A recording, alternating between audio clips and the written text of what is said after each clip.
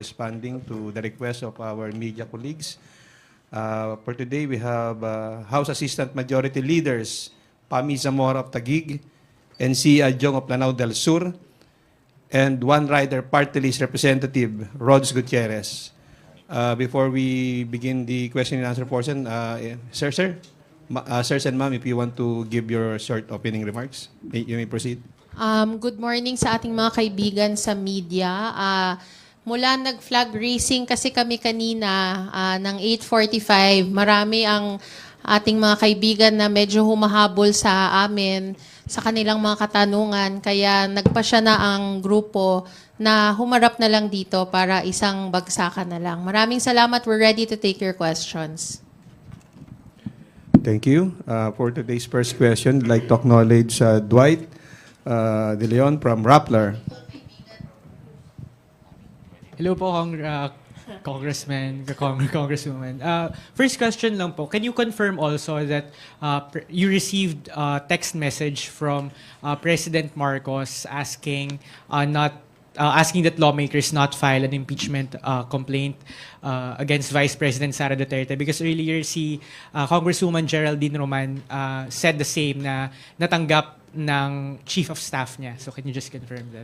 I personally did not receive any message. I don't know about my colleagues kung nakatanggap sila. Wala ako natanggap.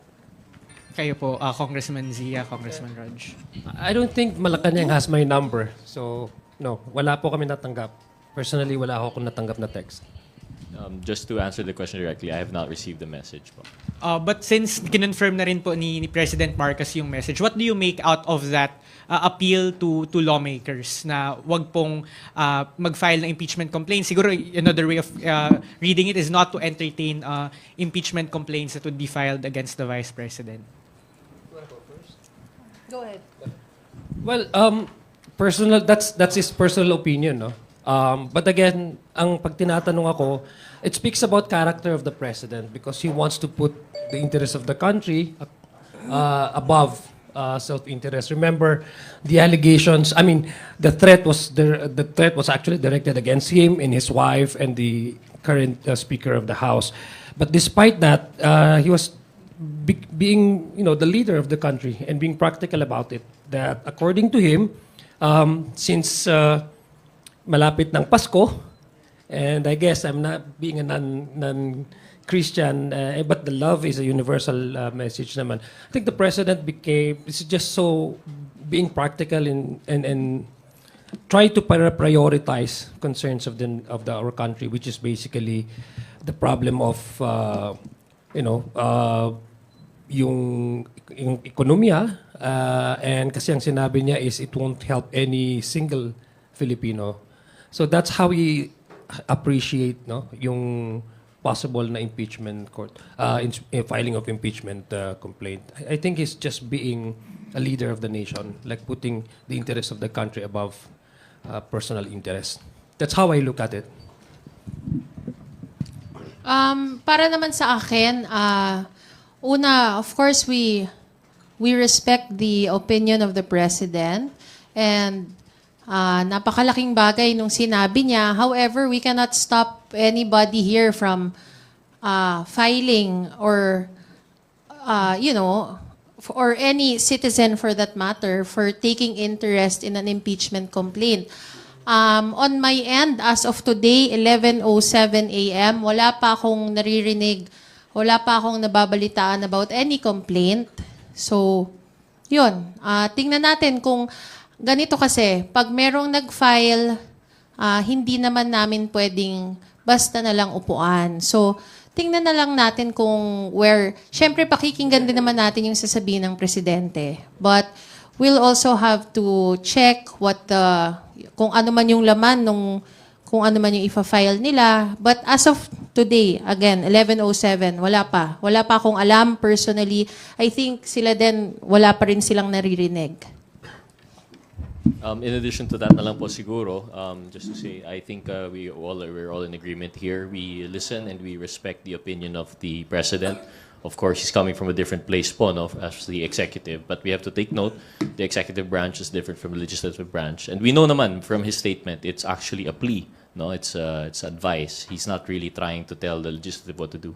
But given that we are the legislative and this is a constitutional mandate po, no, nasa constitution natin yung process of impeachment, I think we are duty-bound to not really entertain but to hear out if there are any impeachment complaints filed. Although, tama po si Congresswoman Zamora, we have yet to hear of any impeachment complaint, but should it be filed, we have to give it due process in the sense that we'll hear it out, check the merits. But of course, given what the President has said, that might play into how we would appreciate the same. But I think it would be unfair to say that outright we will say no kasi trabaho po natin yun under the Constitution as part of the legislative branch.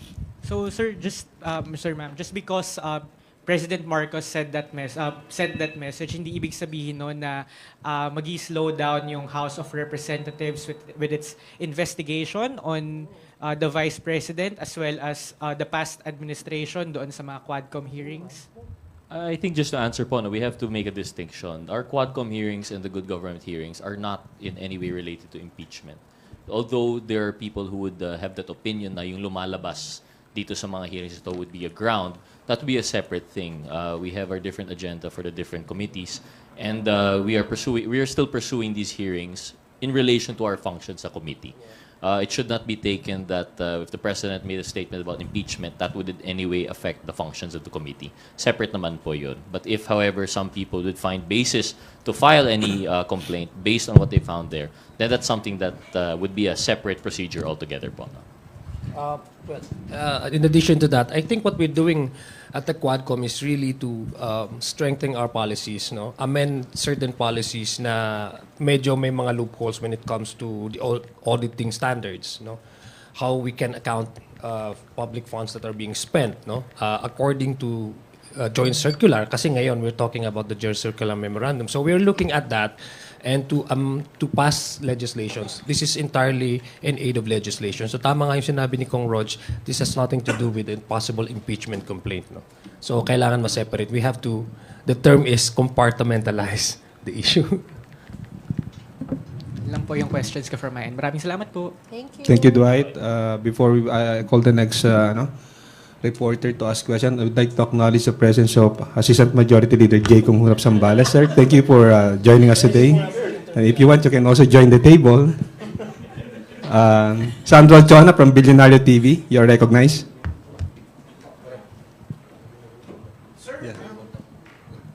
Good morning, sirs and ma'am. Na-mention ni Secgen na we may not have enough time kasi sabi niya they need at least 10 session days to act on an impeachment complaint. Kung ifa-file ngayon, your thoughts on that, sir? So, pwede bang tanggapin? Paano po ba? Pwedeng tanggapin and then maybe next year na? I think our Secretary General will be answering based on the House rules that they know. I don't know if we could speak on behalf of them. We are all neophytes here.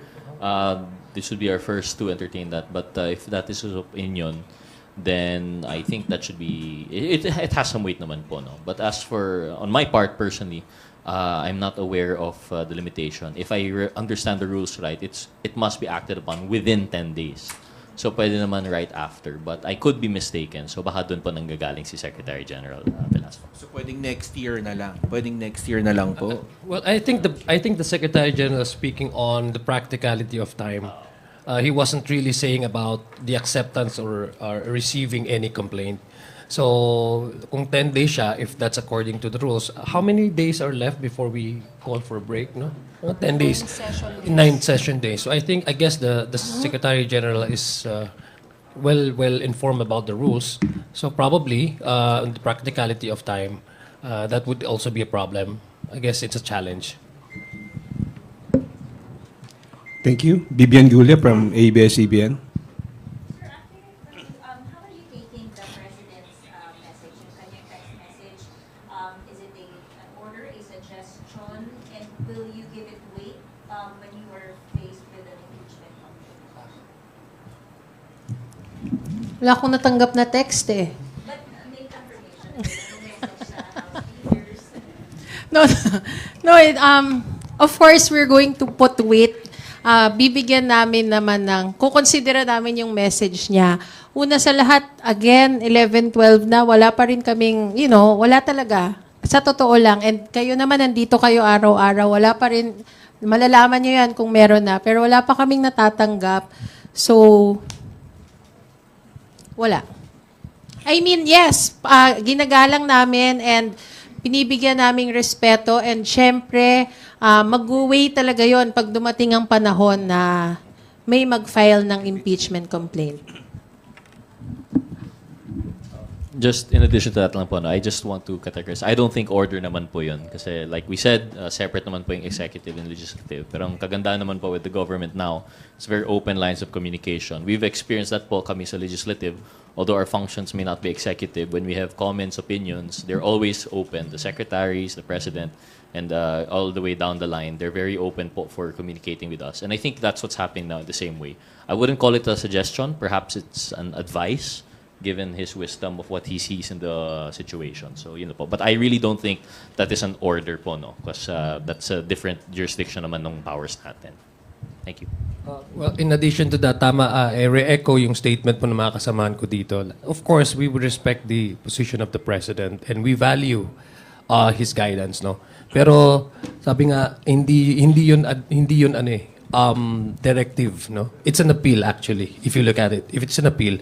So that speaks about, again, the character of the President respecting the independence of the legislative. Because if it's done directing the members or the leadership, that is in a way intervening. But the message was actually an appeal, requesting for a possible, not to entertain, possibly, no, not to entertain. Actually, the statement of the President was, when he was interviewed, ang sabi niya is it was a private message, and that was a plea, no?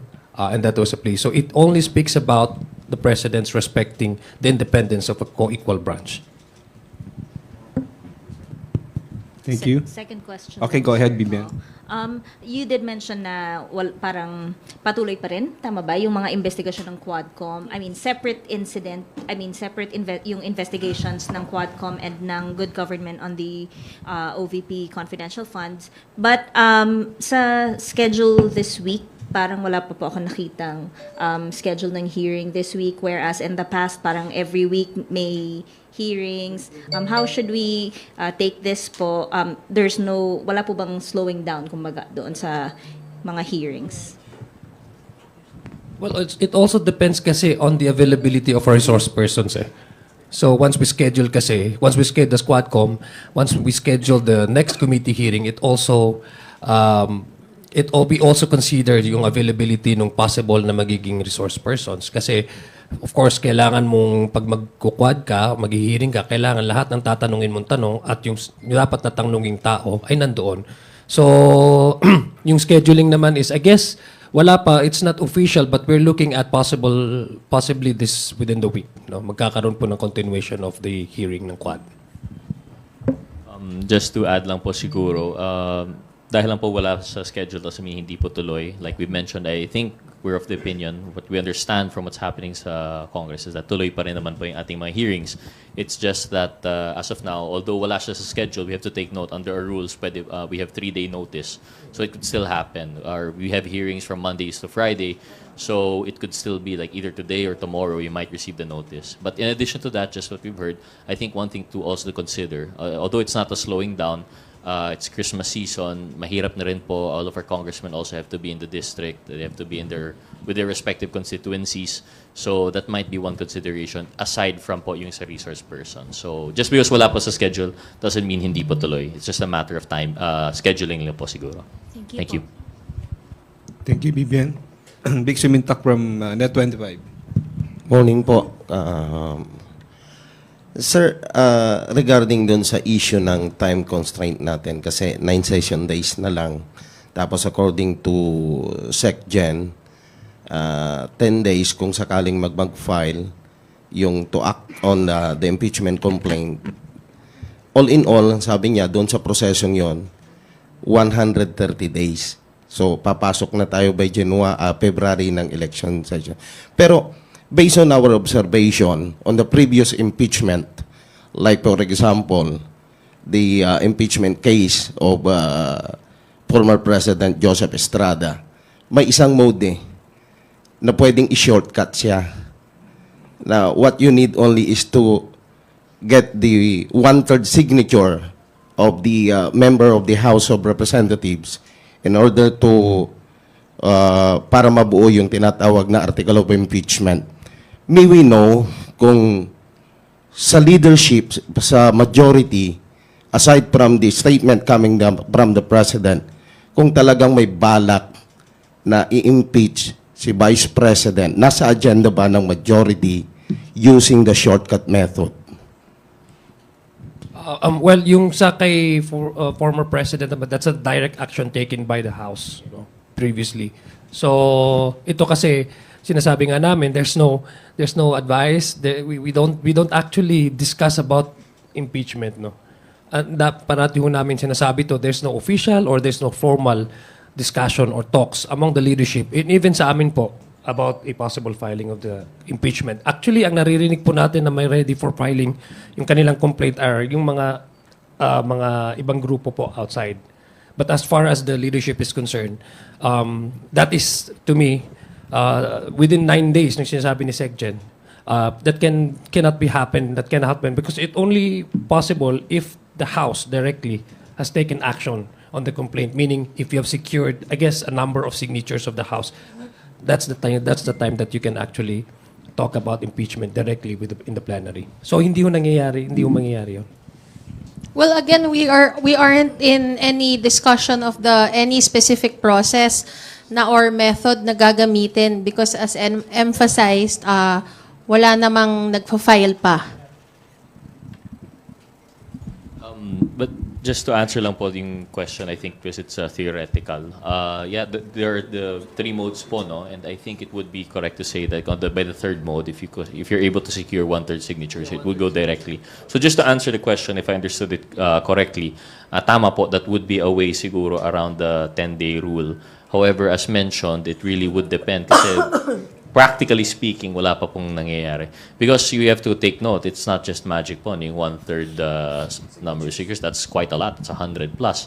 So kung meron man, there should be word about it right now, and unfortunately we don't. We've always been consistent when we say po na we haven't heard about impeachment, usually it's from the outside. Before it came from other camps, now we're hearing about complaints from private citizens, pero that's still outside pa po. So technically speaking, nothing has started, so we can't really speak about yung timeline po. Thank you. Marian Enriquez from TV5. Sir, would you like to comment po dun sa recently sinabi po? Kasi 'di ba, I mean, what was that statement for? Then she should have filed to be president, to run for president, but she didn't. She filed to run for vice president, and now she's our vice president. So, that's what it is. Yun siya.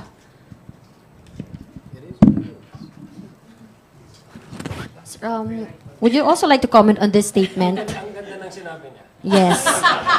I think this is particularly for the House members. Huwag nila ako i-gaslight into saying na ako ang dahilan ng kaguluhan na ito. Ang kaguluhan na ito ay nagsimula sa terrorism nila, sa harassment nila, sa threats nila sa mga personnel of the Office of the Vice President. I mean, particularly about the Good Government Committee hearing po.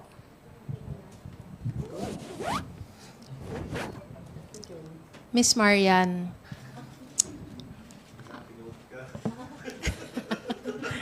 Hindi. To put it quite frankly, hindi naman, if there's smoke, there's fire. Yung mga ganyan naman, it started with a speech of Congressman Valeriano. Dinala sa committee, nag-hearing, and in the course of those hearings, ang daming lumabas. Ang daming acknowledgement receipts, ang daming lumabas na pwede naman sanang sagutin. And it's not gaslighting. Again, it is what it is. Ang dami. Hindi naman, di ba, kami, nagpapagod kami, nagpupuyat kami para silipin yung mga dokumento na yon para isa-isahin. And ang dami naming nakikita. In fact, marami pa kaming nakita na hindi pa namin na itatanong. So, hindi siya terrorism on our part na we're terrorizing the OVP. Had they answered the questions from the very beginning, then sana tapos na sana yung mga hearings ngayon. Ang problema, they spent so much time not attending the hearings, and now that they are attending, di ba? So, kung sana nung umpisa pa lang, pumunta na sila, then sana tapos na, nasagot na sana nila. Yun lang. Uy, sumagot ka. Well, ganito kasi Maria, no? We're actually what we're trying to exercise here is the mandate of this office. I mean, the mandate of the legislature. The only way for us to really find out is to hold these inquiries, no? And to hold anybody accountable. Yun lang man talaga yung pinaka gusto natin mangyari in aid of legislation. Tama pa yung sinabi ni Kong Pami na we are not pinpointing a specific person here. It's just to happen that the allegation of misuse of public funds are all directed to the office which he occupies right now, which the Vice President occupies right now. Hindi naman ho natin kasalanan yun, di ba? Sabi nga ni Fami Tadhana, nagkataon po na naging Vice President siya. So number one, the issue is there. There are so many questions that up to now have not fully answered. There are so many questions and the manner by which these confidential funds were spent. There are questionable ARs, which I guess only the officers in charge of encashing these funds and redistributing these funds, releasing these funds, can be fully supply us the answers, the correct answers. Unfortunately, during the course of our investigation, there seems to be an evasion, a direct evasion, to a point that there was a deliberate refusal to attend, to a point of, sa palagay ho namin sa committee, it's an attempt to frustrate the committee in finding out the truth and for a possible filing of a sound legislation that can rectify these wrongs. So ganun lang po. I think we should focus on the issue and not to dwell on concerns that may divert our attention, which is to hold anybody accountable and to promote transparency in government. In addition po siguro, and to answer the question of Marian of TV5, I think the two quotes mentioned were interrelated in the sense na nalilis po yung issue. She's answering the issue by bringing up politics, yung presidency. But I think what we have to note here is that this issue goes way back po, no?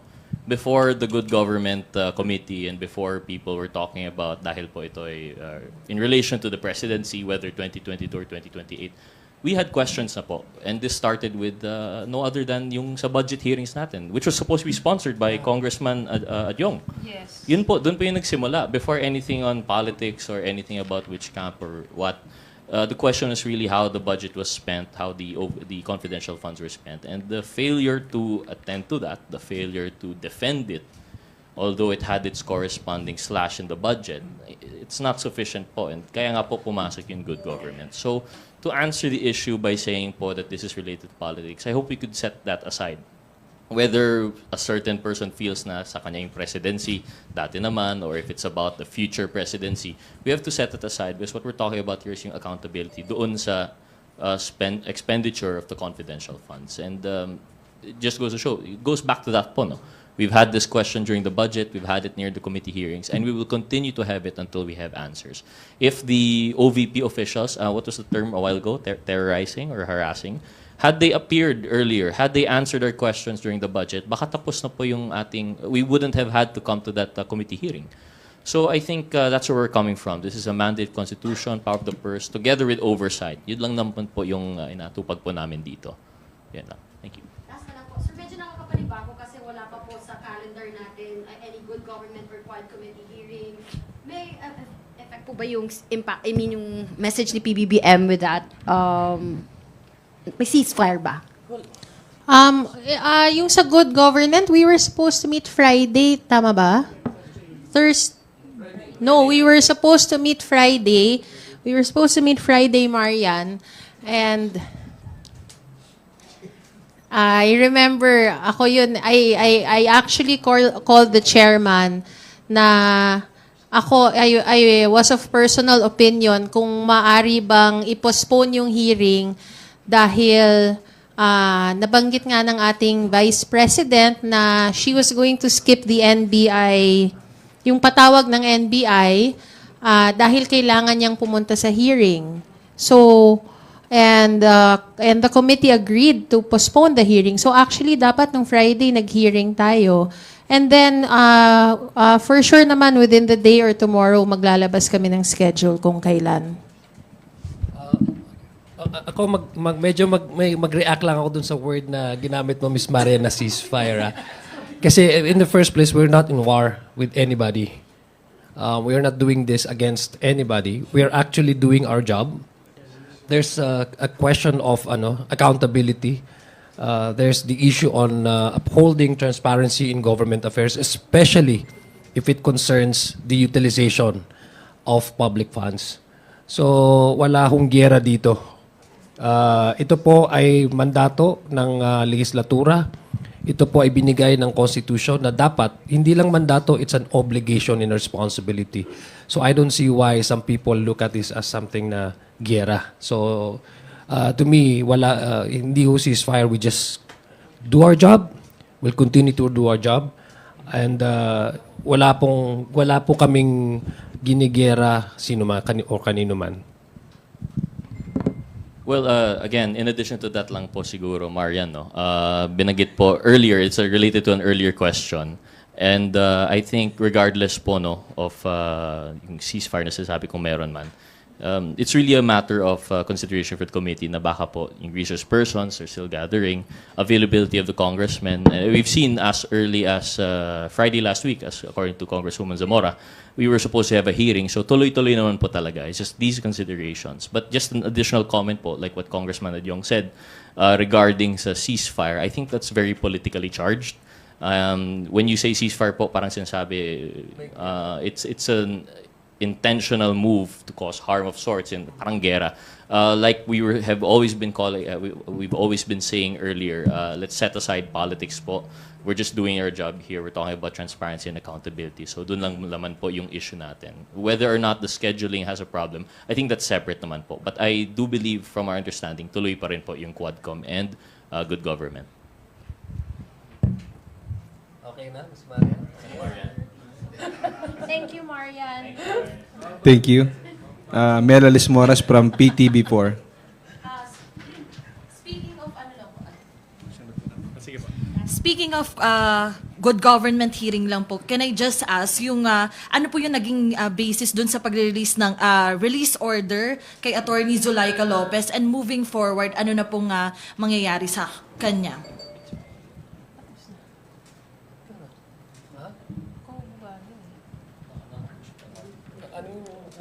Yung nung weekend, nung Sabado po kasi nag-release na yung House Committee on Good Government ng release order kay Attorney Zulaika Lopez.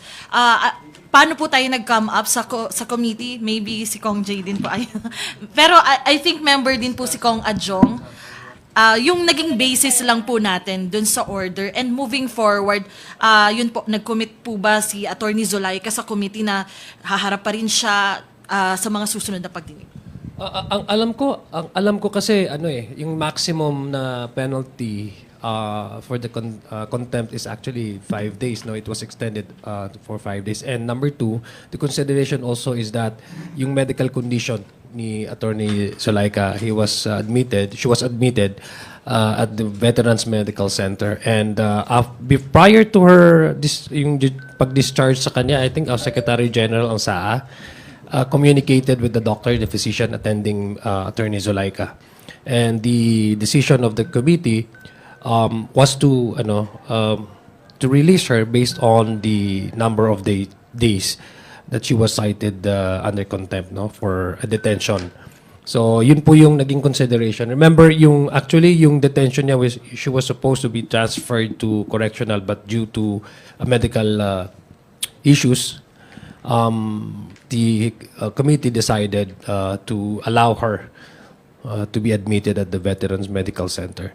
But sinabi naman po niya, I guess yung sa sulat niya, sinabi niya she will cooperate should the committee continue on hearing the case of the OVP, DepEd. OVP ba? And DepEd.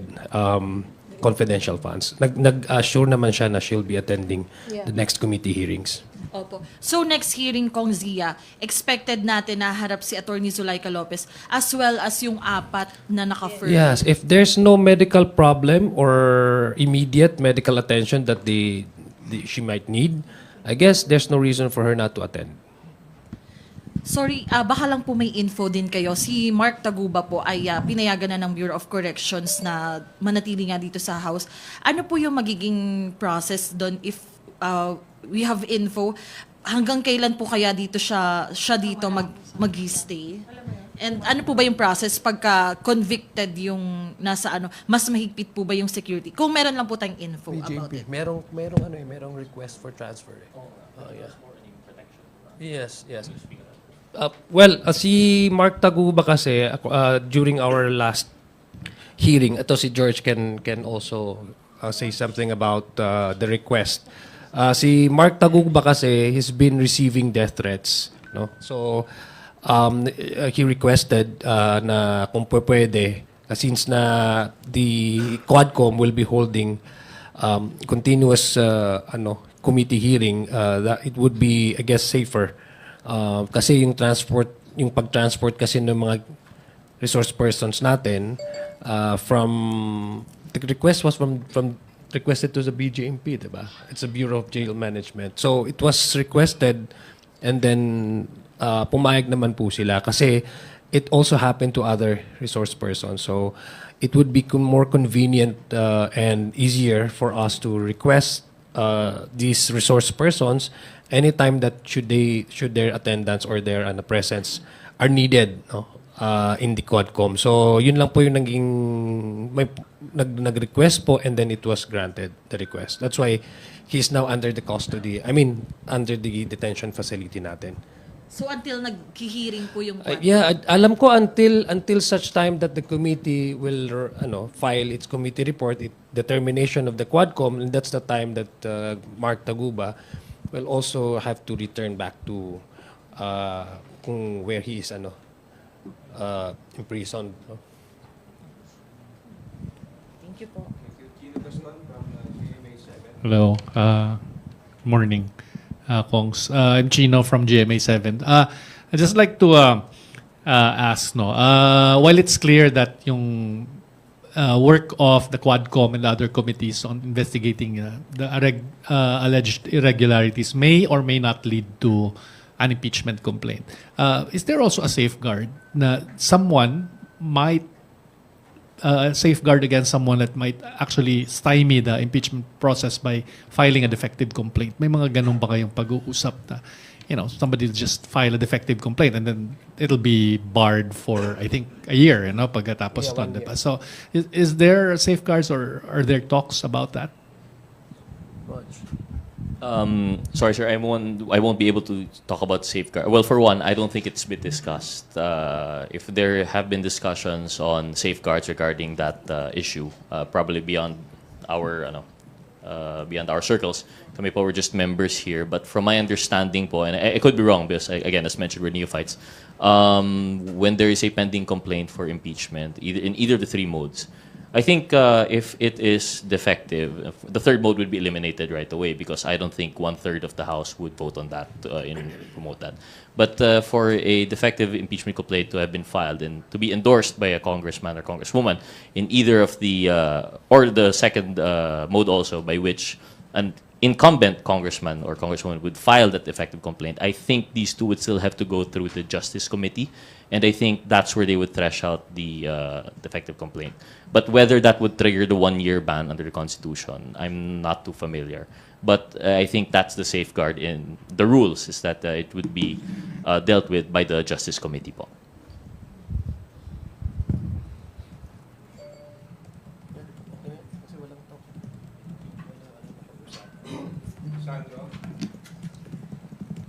Sir Smap. Hello. Sirs, ma'am.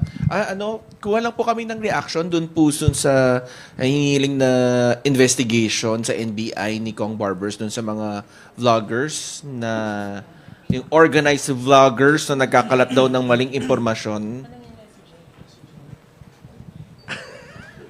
Kong J. Kong J.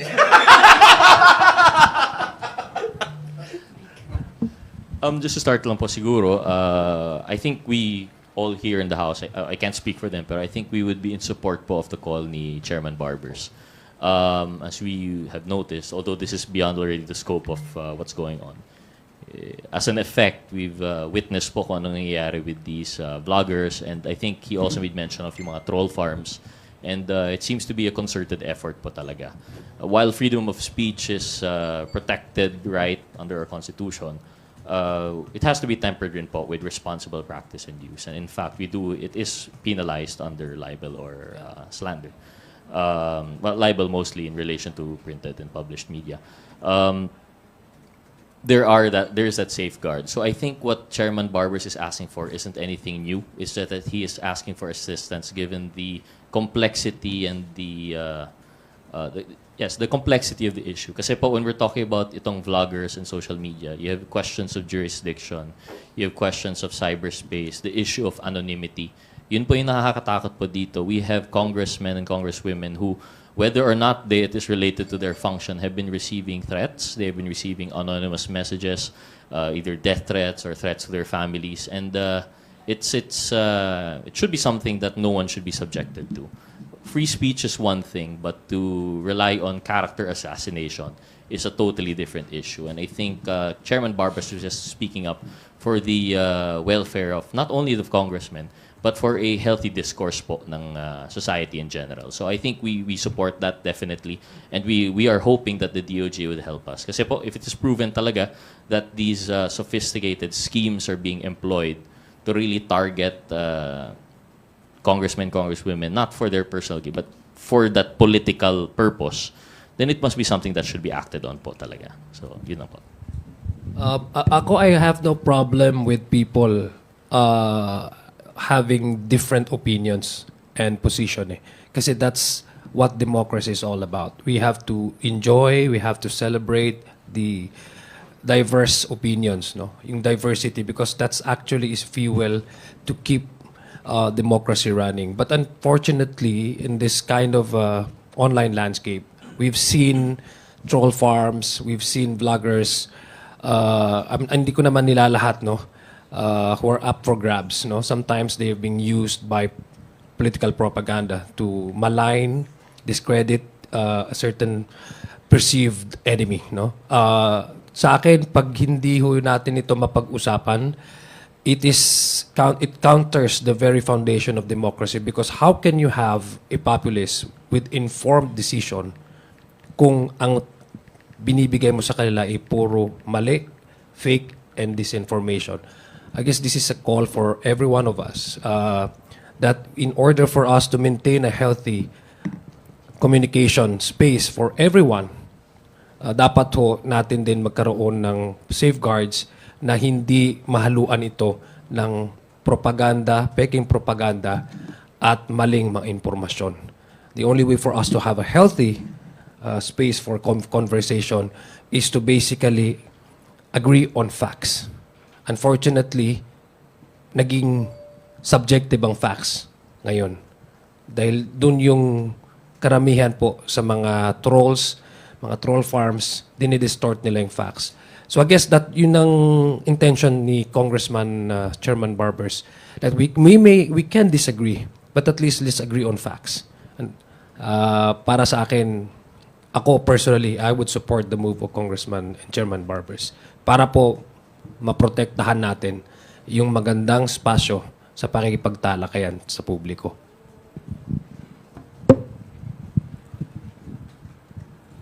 Okay. Next question from Billy Vegas, Pawante Politico. Habol ko lang po, meron pong sinabi si VP Sara. Sabi po niya, mas sure pa daw na dadalo siya doon sa hearing ng good government kaysa doon sa patawag ng NBI. Reaction lang. We look forward to it.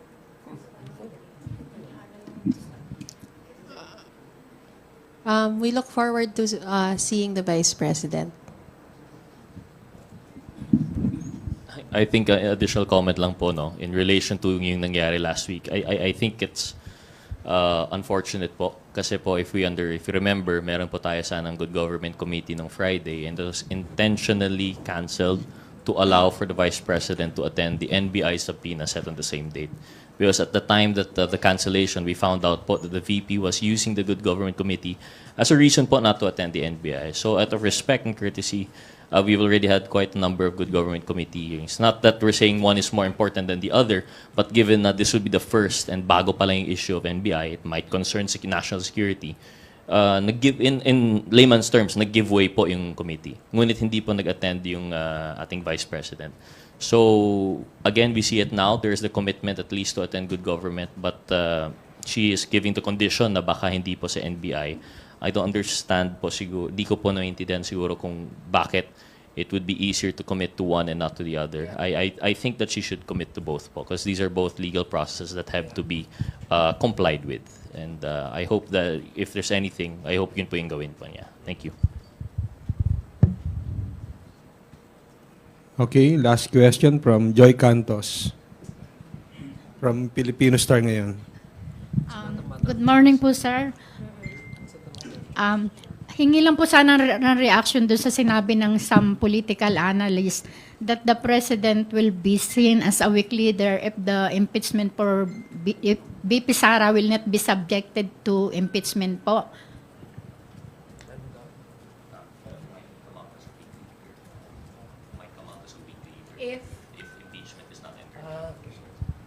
To answer po, no. Of course, everyone's entitled to their opinion, and that political analyst, if they believe impeachment is the only route to show strength, then we can't change that. But siguro po, ako personal opinion for this representation, impeachment is not the only avenue to exert kung ano man yung tama. As we've discussed prior, wala naman pong immunity ang Vice President. There are also possibilities for criminal accountability, criminal liability to be had through, yun nga po, and we've seen it. The PNP has filed cases, the DOJ, through the NBI started investigation. So it's not the only way to, exact accountability for those acts. But regarding impeachment po, that's a totally different matter also.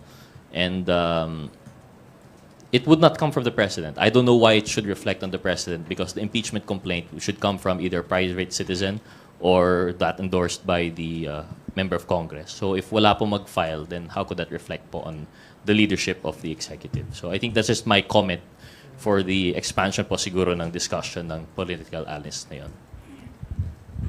Actually, dadagdagan ko lang, no. Kailangan po natin maintindihan na magkaiba po yung trabaho ng executive at saka legislative. If it's about the impeachment, possible impeachment complaint, it's entirely up to the House members, no, on how they would appreciate the merits of the possible impeachment complaints. Let's not, for me, yung position po ng President is just his personal take on that. And that should not be taken as something that maybe, as a gauge on how strong he is as a leader. I think he has so strong points naman eh. Kasi ang sinabi naman po niya doon, let's focus on nation building. Let's focus on the problems. That's how he viewed that with the yung lens and yung access niya po being the top executive official in the land. No, he's the number one president. He's running the affairs of the government. When you talk about complaint of possible complaint and accountability, it is demanded of her to put urgency on these two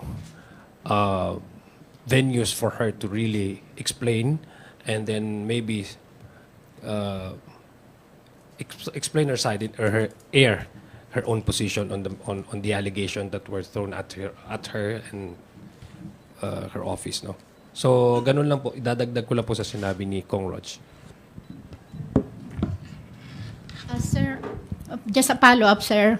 Are you in favor of impeachment versus President Sara? Maybe not now due to time's constraint, but next year, next Congress, sir. Are you in favor of impeachment?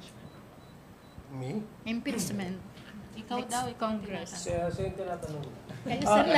Wala pa naman pong hinahain na impeachment complaint. So I think it's preemptive na sumagot sa ganong mga katanungan. Kung meron na pong impeachment complaint, depende mo po sa substance, yung merits ng complaint na yon.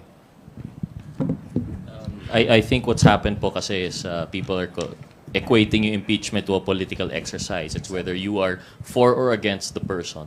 But I hope we don't forget the fact that an impeachment is based on grounds. This is not on personality. It is about the facts that attend the the facts and circumstances surrounding po an alleged violation. So we're talking about graft and corruption, betrayal of public trust, culpable violation of the Constitution. If wala pa pong basis, and rightly so, as mentioned by Congressman Adyong, kung wala pong inihain pa na complaint, how can we base po, how do we say na these are the facts are ready for impeachment? So we can't say we're for or against until we've seen po the complaint. Yun lang po.